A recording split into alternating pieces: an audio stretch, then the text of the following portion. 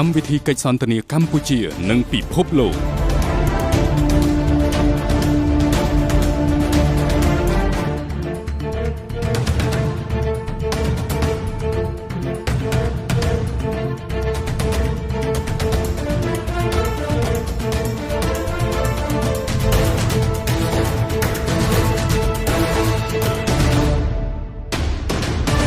Good evening, Excellency, ladies and gentlemen. Welcome once again to Cambodia Global Dialogue of Southeast Asia TV. Tonight, I have the pleasure to have a friend coming from abroad, and we decide that we're going to talk something that is a bit different than my usual topic about ASEAN, about the WTO, about the global financial crisis. But here, I want to stress more about the value of having good health. Because at the end of the day, look, I mean, you cannot build an economy when half of your population suffer from malnutrition or stun or sick, right? So I want to focus a bit on that, and then let's see how we can transform a talk on nutrition and health and how it helped develop the Cambodian economy. Particularly that now we are in the ASEAN Economic Community, where in fact what we're doing is competing, to attract investment business to the town. So anyway, Todd, welcome to the show. Well, thank you very much. It's really great to be here. Yes. All right. Well, before we start, why don't I give you a few minutes to, since your first time here, maybe the audience may want to know a bit about yourself, Sure. Well, my name is Todd Gimbel, and I am the Vice President of Government Relations for Asia for a company called Herbalife Nutrition, which some of you in Cambodia may know of. I have lived in Southeast Asia for about 11 years. I moved here in 2006 for 2 years, and I'm still here 11 years later because I've really fallen in love with the region and with the people and with the different countries. I'm based in Singapore. I'm a lawyer by training, but I've been doing government relations work for various multinationals for the past probably 25 years.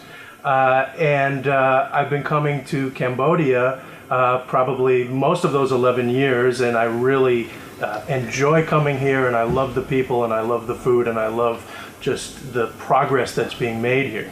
So now I'm with Herbalife Nutrition for the last 2 years. We are one of the world's largest manufacturers and sellers of nutrition supplements and dietary supplements. We're based in the US, in Los Angeles. We've been in business for over 30 years. We're publicly traded on the New York Stock Exchange. We're about a $4.5 billion a year company. Our biggest and most popular product is our protein shake called Formula One, and we're the global leader in the market for protein shakes. And we've been in business in Cambodia since 2013, not very long. It's probably one of the most recent of our 90 plus countries that we're doing business in. But our business is doing really well here. We're growing and blossoming, and by doing that, we're bringing a lot of people along on having a healthier, more active and nutritious lifestyle, but also a business opportunity for many Cambodians. So it's great to be here, and that's a little bit about my background. Great thought. In the region, in ASEAN, for that matter, how many countries are you in ASEAN? Cambodia is a latecomer, right? Cambodia is one of our newer countries. We are in pretty much all of ASEAN, I would say, with the exception of Myanmar and Laos right now. Yeah, because they new one. Yeah. And those, I'm hopeful that we get there at some point. But you do cover pretty much Asia Pacific as a market, right? Yeah. So I personally oversee all of Asia Pacific, which stretches from India to Korea, Taiwan, all of North Asia, and then Southeast Asia, Indonesia, and Singapore is where I'm based because it's easy to get around. Yes, exactly. You mentioned about nutrition. Herbalife is nutrition. I like to look at a bit more from a larger micro perspective, because Cambodia, probably like Laos or Myanmar, we are a country that went through a period of difficulties, and population many of them are stunned, under fed, for example. But I would say that for the last 20 some years since we have the peace process and everything, we see a rising middle class, which in fact mean that they can afford to have a better health, that sort of thing. How do you approach Cambodian market from that perspective? So, good point. Cambodian market still, there's far more malnutrition and undernutrition than there is overnutrition, which would be obesity, which is a bigger problem in more developed countries. Yes. But as you mentioned, as the country transitions to more middle class and more desire to have global brands and fast food and things like that, that other issue of overnutrition is starting to creep in. So you do see that? So we see that, but the statistics, and I'm not the scientist, but the statistics I've seen, there's still much more of a mal and undernutrition and stunting problem in Cambodia. Yes. And I think, for me, I'm usually visiting the cities. But if you get out into the rural areas where there isn't as much access, that's where that problem exists. But in the cities where people move when they become a little more affluent, then it's more of a balanced issue where there's problems on both sides of the equation. Well, country like us that went through the difficult years, we adhere a lot to the UN standard. Like before was the Millennium Development Goal, now we're shifting to the Sustainable Development Goal. But one of the goals is always about how to improve the welfare, the health care of the people. And again, there's only so much that the government can do, and that's why I see a lot the importance of having the private sector taking part in this development process, right? But how do you go about entering the market? How do you go about marketing your product for that matter, so that most people could benefit from it? Well, a couple of things. When we decide to enter a market, we do a lot of work to study to see if it's feasible and if there's going to be a customer base. And because we are a direct selling company, our products are sold by people who are local entrepreneurs who decide to do this as a business. So we need to make sure that type of group of people exists. Obviously, that's happening in Cambodia. And when we came in, we had to look at all of those things. And what we're finding after 4 years in is that there indeed are some great conscientious entrepreneurial people who want to get involved in the business, not only because they can make some money, but because they are bringing better nutrition to their customers and consumers, and they love the business. So it's for me, it's kind of fun because we're at that, still in those early days.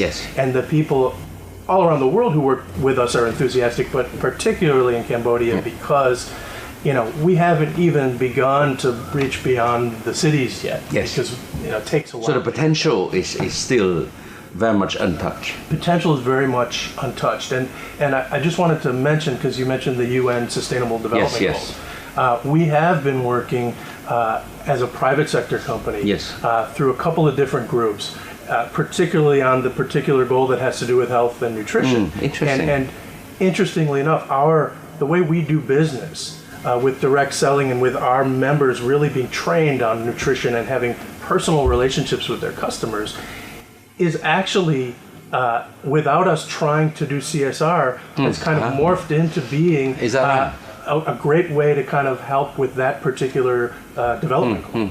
Well, I noticed that for the last, since 93, since I came back to Cambodia, you see the rise, not just of middle class, but coming along with it is the rise of entrepreneurship, particularly young entrepreneurship.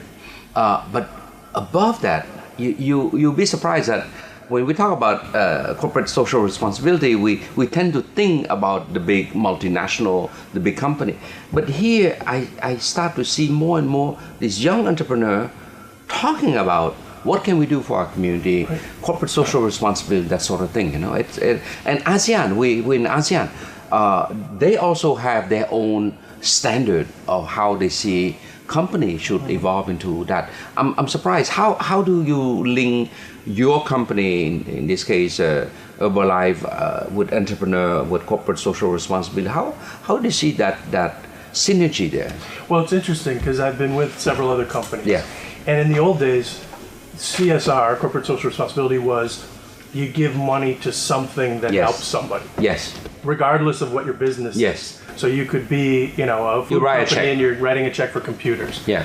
What's happened over time is that companies have realized that the best social responsibility is something that you already have expertise in. So for example, with us, we have an expertise in nutrition. So why shouldn't our work with the communities be where our expertise lies? Yes. So that's kind of how our business and our social responsibility kind of merge together in a way that's good for us, because companies need to make a profit, but good for the community. Yeah. And in Cambodia and other places, our members, we've developed this concept called a nutrition club.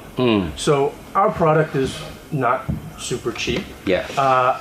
And we were finding that in developing countries, that, people can't necessarily afford to spend, a nice piece of money for an entire canister of shake mix. So over time in other countries, we developed this concept of the nutrition club, where people will come in to a place on a daily basis or every other day, and they'll be able to, for a small amount of money, have a shake, have some healthy aloe and some of our other products. And at the same time, there's a sense of community, because those people are going to get nutrition advice from our well-trained members, and the members take an interest in their goals. If your goal is to be healthier, they will work on that. If your goal is to lose weight, they can work on that. So it's kind of a backdoor way of CSR, which actually has a great effect. Well, I mean, if I can summarize something like, rather than wait to make money and then sign a check for something, you do exactly what you're doing now as a process. Yes. You do the good thing while you make money. Yeah. You don't have to wait until you make money to sign a check for another cause. So anyway, I think it's a good time to take a short break. When we come back, we're going to tackle a bit deeper into how your company is working with the entrepreneurship, on I think more the economic side of it, in terms of economic development and development of the this micro and small enterprise. Okay. Great.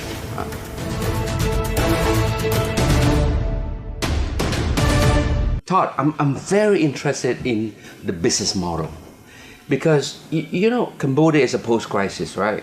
There are international development coming in, there are multinational coming in, and what we're talking about is all about economic development.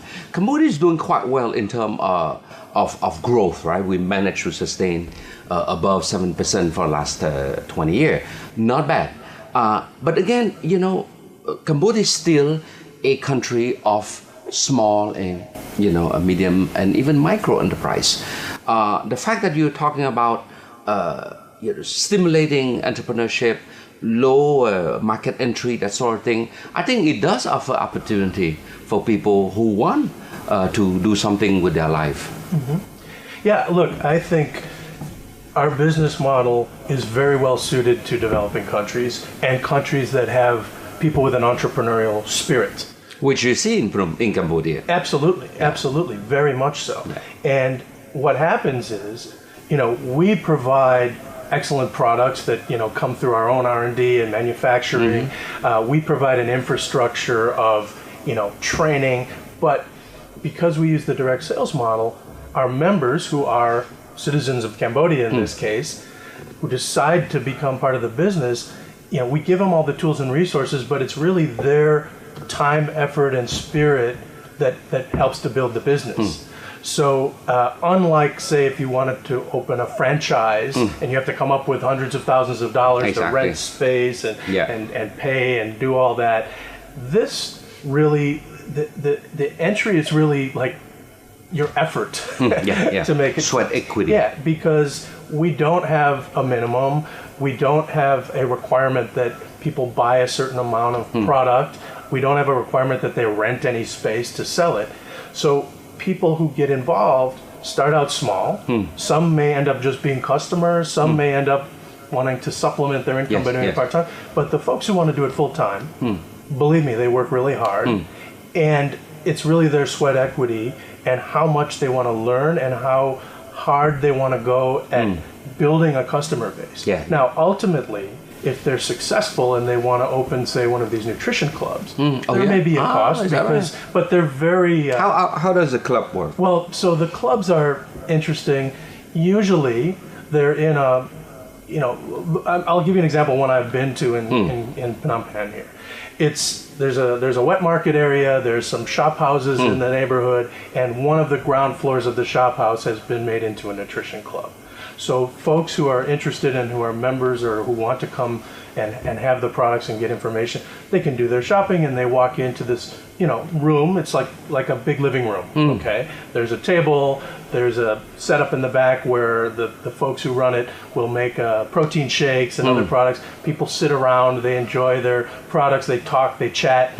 And these people may come every day of the week, or they may come 2 days of the week. Interesting. And for the member, for the entrepreneur, that's how they build their business. Maybe one out of every 20 people who come say, "Hey, I'd like to do this business too," and then they work with them. But the others may just enjoy the camaraderie. They will get they might have a challenge on weight loss or on working out. So there's lots of different aspects to it, and it's very much enmeshed into the community. Yeah. Well, so you have different business model. Have you been able to get into a nationwide footprint yet, or still to go? We don't have a nationwide footprint here yet. And usually, what works most is you start out in the more densely populated areas, and then you work your way up. Yeah. Now, that doesn't mean that some of our members are not cultivating the smaller cities and areas, and I know we work towards that. In other countries where we've been longer, like Indonesia, we are now penetrated on almost all of the thousands of islands that they have there, but it takes a while to get there. And usually at the beginning, you will find the people most likely to be entrepreneurial, they flock to the cities. Yes. Yeah. Well, Cambodia, we're sort of growing different multipole now.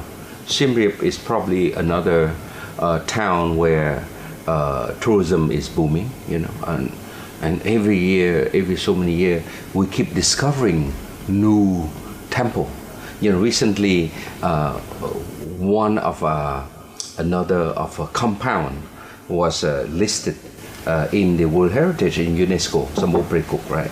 So certainly, but it's in another province than Siem Reap. So you see, once it's listed, then the town grow, the province grow. So we have now Siem Reap, which is tourism. Then you have Battambang, which is the granary of I would say Cambodia. Before the war, it was the granary of Southeast Asia, right? That's where all the rice growing. Kep is still small, but Sihanoukville is going to be a big industrial zone, right? The government aim to have next several years to turn Sihanoukville into a wide industrial zone. So you're talking about thousands and thousands of people flocking there.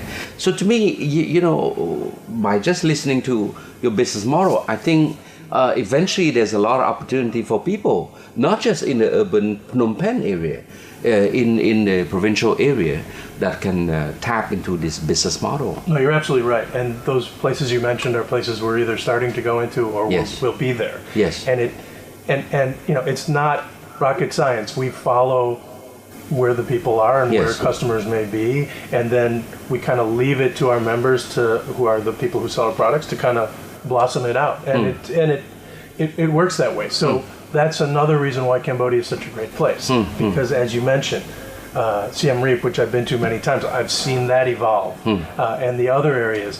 So if we're not already there, it's a matter of time before we get there, because the customers will be there. Yeah. But the business opportunity kind of moves more according to where there's a customer base. Yes, indeed.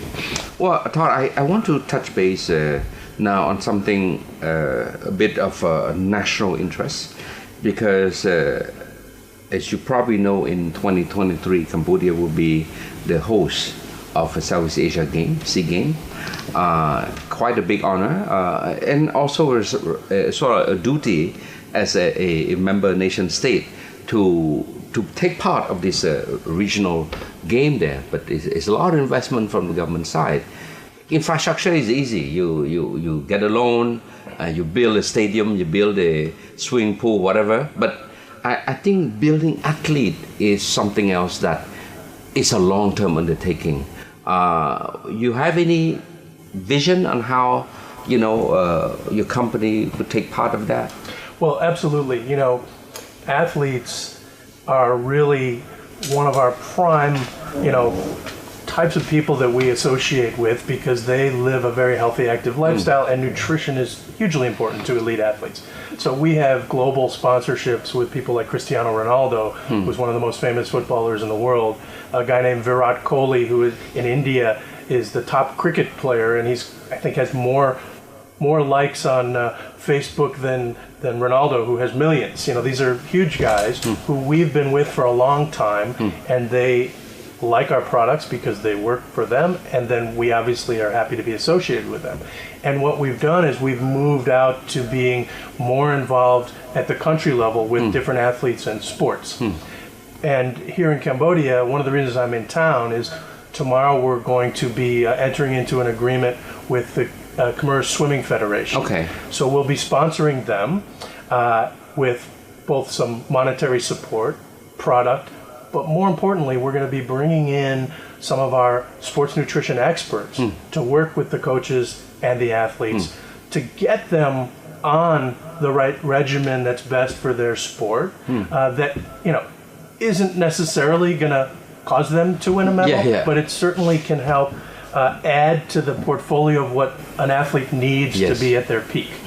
Well, and this is good because I do karate myself, right? And every year we have our annual competition. For this year is our 12th year, and you start to see 12 years ago, 10 years ago, all these young athletes, they love the sport, they remember by heart the movement, the technique, but when you start to see them demonstrating, you feel something is missing, right? Which is the stamina, this burst, yeah? Because karate is all about burst, right.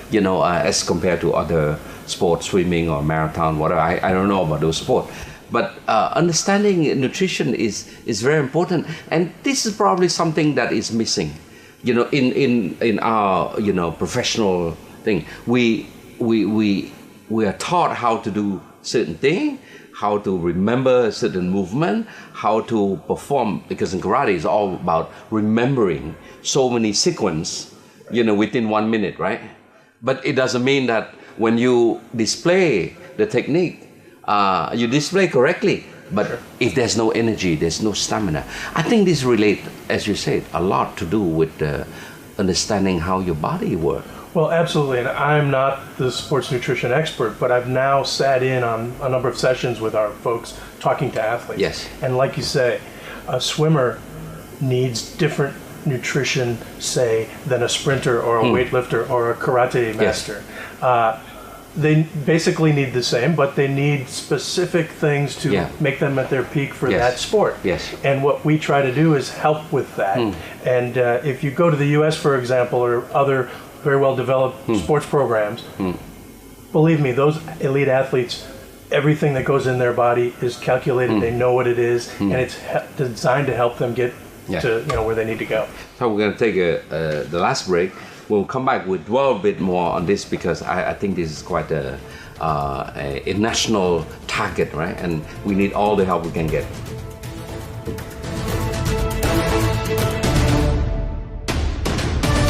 Thought, okay, let's continue on this national drive, how to help us win some medal, right? Hopefully it's gold, but hey, medal are medal, right? You got to start somewhere. Particularly a country that start from scratch 20 some years ago, and like I say, when you build an athlete, it's not like a machine, it takes time to build, right? And perhaps in this case here, we have this national drive that, of course, if you're the host country, you got to win some medal, right? But look, we are now 2017, 23 is only 6 years away. How do we make nutrition as one of the key components of for different sport, And And like you say, how can your nutrition expert could come and give a lecture, give a seminar, not just for the swim federation, right? Because like you say, it's different focus thing, right? But there are other sport that will be played also at the SEA Games. Sure. Well, look, I'm not trying to say that nutrition is the only thing, and we know that. It's a big component. It's a big component, but the person needs to have the drive, the desire, the physical attributes. Yes. There's a whole lot that goes into being an elite athlete. Yes. But at that level of competition, you want to do everything possible to Yes. maximize it. Like Yes. you mentioned, the karate guys who don't have the energy necessarily to do a long, and maybe better nutrition would help them get that energy. So what we are doing is trying to provide that advice. Now that advice would include integrating some of our products into their regimen, but Sure. that's not it. They have to also have fruits and vegetables and meats, and it's a big total package. It's a supplement. And the supplements can help, Yeah. and they do help. They aren't the be all end all, but they're part of that kind of package. So to your point, I've had the opportunity to be around this region and see that some of the sports federations and some of the teams and even the Olympic committees, the nutrition that they give to their athletes, it's fine, but it's very basic. So you go to the lunchroom and there'll be a weightlifter next to a swimmer next to a sprinter, and they'll all be eating the same thing. Same food. Yeah. And there's not that there's anything terribly wrong with that, but especially as you close in on trying to get to your peak for competitions, you want to hone in on what's best for you in your sport to be best in your sport. So, we're going to be working with the swimmers. We certainly have no concerns about broadening that at some point to others. It's a piece of what we do, and it's becoming more and more important not only to us but to try to help work with these athletes. I think, Todd, there's one cultural dimension which I thought just came to my mind as an athlete myself. It's cultural because it relates to food, right? You mentioned about food. It's like when I travel to Europe, by the 4th day of the conference, you wake up in the morning, you have croissant. It's great for the first 3 days, right? But when the 4th day you have croissant, the 5th day you have croissant for the morning, you're looking for some rice noodle, and there's an anecdote where we have one of our athletes, very, very successful. He went to the last Olympic game there, and like you say, when they, in the morning they're exposed to the food that was very much of that country, right? So certainly, the focus is not there, the happiness is not there, because when you don't eat well, it shows, right? It shows in your performance, that sort of thing. So how? Well, anyway, we have 6 years, to SEA Games. But how do you, in your program, how do you bring in slowly this notion of this supplement? Because to many Cambodian, we see food as food, right? You eat banana, whatever, right? But then how do you bring that notion that there are need for supplement, and how can this supplement fit into the cultural, dietary process there? That's a great question, and I think not as an expert, but just as a person, the answer is everyone is comfortable with their cultural comfort foods. Yes, comfort food. Yes. I'm an American who lives in Asia, and while I love the food, once in a while I like a hamburger. Okay? Yes. And I like to go back to the U.S. to get it. But there is certainly a way to kind of more meld the local diet, and you work with that as a base. Okay, if our nutrition experts are coming here to work with athletes who are in Cambodia, they need to understand what the diet is now, what parts of that diet is helpful, what parts maybe they need to tweak it a little. The supplement piece is interesting because the supplements are just what they say, they supplement your regular eating. Yes. and they shouldn't necessarily affect one way or other your desire to have your local foods. Yes. It's just how much and where and when. So to have a protein shake, for example, for breakfast, you're getting a certain amount of protein and other vitamins and botanicals and nutrients, and then you kind of use that as a base to plan what else you're going to eat during the day, and it should be something that you're comfortable with. And I've read so many stories about the Olympics where athletes go there, and let's say it was in Brazil last year, they try, I think, to bring in foods that are comfortable for the teams, but they don't always succeed, and that could probably affect performance. I don't know. You know, if you're uncomfortable eating the local food in a place far away. Yes. And how does a team bring your own food? Yeah, you know, there, right? I think some do. Yeah, some do. Well, I mean, if you're a big country, I mean, budget is there, right? Yeah. But for a small country like Cambodia, Laos, whatever, I mean, can you imagine, you know, having to ship your own chef with his own ingredient and spice to find a facility? It's a bit challenging, right? Right. But still, I would say whether we recognize that or not, it is an actual fact that will affect the ultimate performance of an athlete, you know. But I think in our case here, we're lucky that the government pay a lot of attention, because this will be the first time we host a SEA Games. Like in anything, you know, the first time always matter. That's why it's a lot of focus. I think you're working with the Excellency Sun Chantor on the federation. His Excellency the Minister of Finance is the head of my Karate Federation. So we everyone take pride, you know. We have a full-time job, of course, but we take a lot of pride to contribute to the sport in our own little way, right?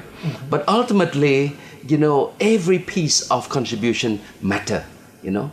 Like I try to work the karate by having a national competition, because, you know, if you don't go through a competition, you never know how good you are, right? You know, in your club, there's 20 people.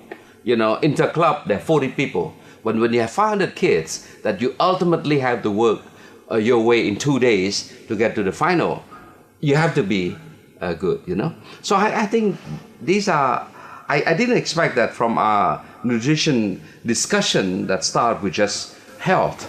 We could look to see that impact at national level. Sometimes it's so unpredictable how a small thing can have a big impact, you know. Sometimes we see the big thing, but we don't see the small component, and nutrition is definitely one of it. I think with us, with Herbalife, we've got like a top-down and a bottom-up approach. So yes, we can sponsor specific teams and bring people in to talk to them, but our daily business of reaching out to people and training our members to train their customers is, if it works well, it's going to generally move people up the scale of better nutrition anyway. So if you start people moving, just regular people moving up the scale of being better informed and knowing what they're putting in their body, then that's going to help you get a better quality of potential athletes. And then, you know, so it works from both ends. And I think, you know, we're lucky that, you know, we have these products and this company and these good scientists working with it,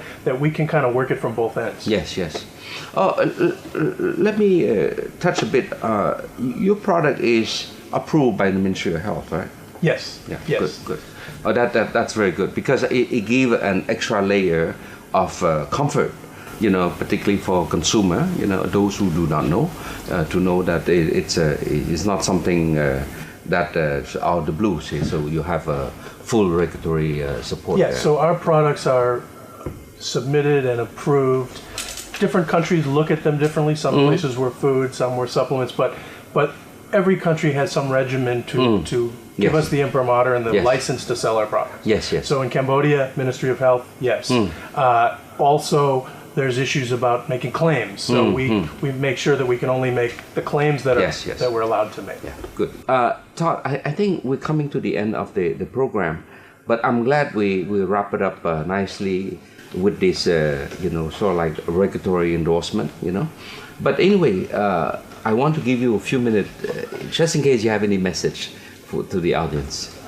Well, I mean, look, first of all, thank you so much for having me and having us. Herbalife is thrilled to be in Cambodia. It's a market that we look to as continued growth, and I see the enthusiasm of our members here. And we are one of the first and maybe the only fully registered direct selling company doing business in Cambodia.